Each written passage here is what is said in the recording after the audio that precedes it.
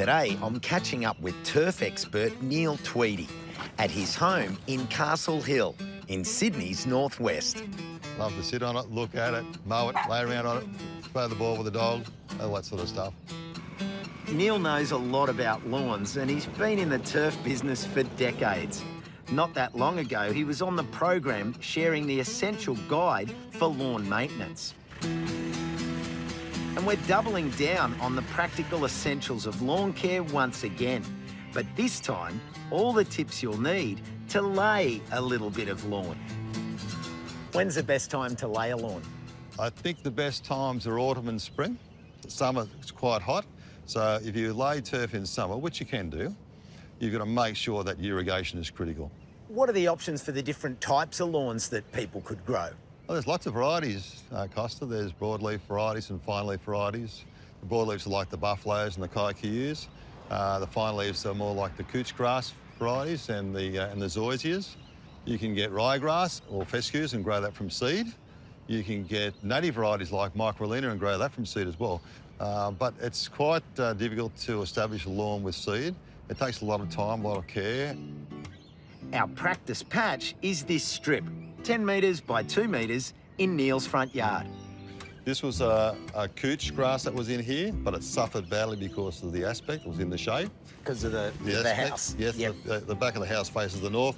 This is the southern side. So it's really important for people to realise that aspect is key for lawn. Absolutely. Buffalo varieties don't mind a bit of shade. Other varieties that don't mind the shade are the zoyzia varieties as well. So I'm going to go for a buffalo variety because I prefer the wider leaf and the buffalo. The first step for laying the lawn is to clear the area of any potential obstructions. And so we're removing the old grass out of here and we'll till the soil. The soil is critical for drought tolerance. The deeper the soil, the better. And I would suggest somewhere between 150 mil, 200 mil of good topsoil would be ideal. Now we're testing the pH of the soil. Give a little dose of the green liquid. We'll mix that in with a spatula. We'll give that a little dusting with a powder. And the colour will show us what pH. Oh, yeah, I can see the colour there now. So maybe you can read that, Costa, and have a look and just see how you think it best compares, what the pH range is there. I reckon, looking at that, the colour there, I would say it's right on about 5.5. 5.5, well, it's not bad, but if we lift the pH a little bit higher, that'll make those nutrients that are in the soil, in our fertilisers, more available to the plant. All right, so what we should do with this soil here is add some lime or some gypsum. They both have a pH neutralising effect. Gypsum actually helps break the soil up a little bit better. It flocculates the clay. So we'll use gypsum today, just to give it a bit better drainage capacity. What do you reckon? Not too bad. For this little patch, 10 metres by 2 metres, and to raise the pH by about 1, we're applying 300 grams of gypsum per square metre. Double that if you've got heavy clay and halve it for really sandy soils.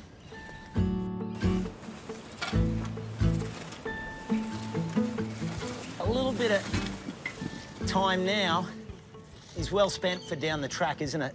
Oh, yeah. If you can keep the soil surface nice and level, when you do that first mow, it'll make the world of difference because there won't be any little hills or hollows for the wheels of the mower to go down and scalp the lawn.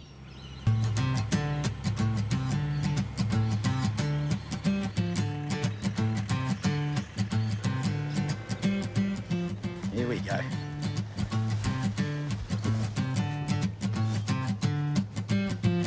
Start laying along the straightest edge. So what's your strategy when it comes to laying the grass out?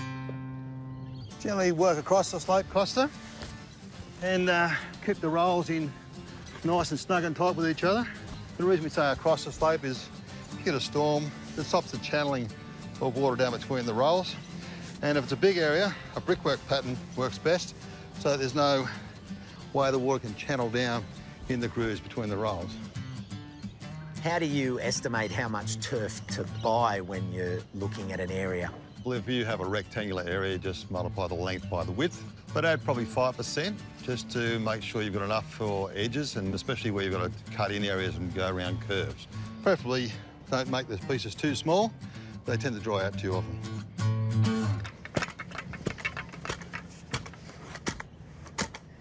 This is an important finishing touch because this makes sure that the turf itself is sitting in contact with the soil.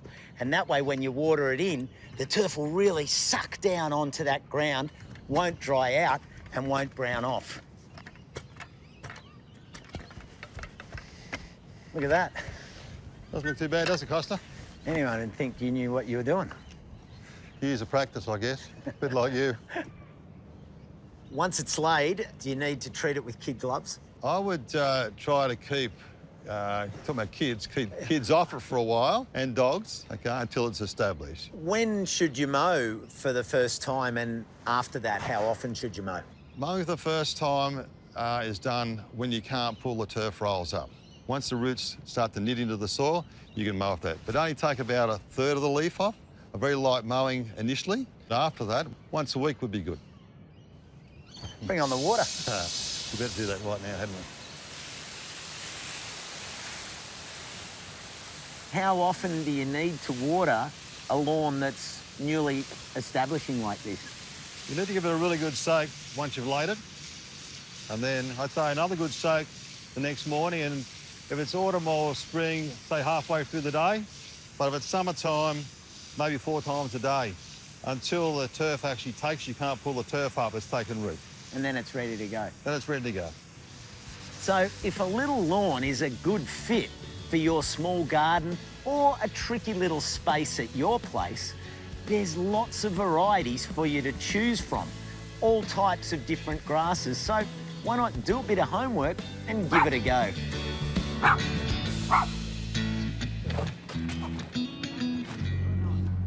Off the lawn, please.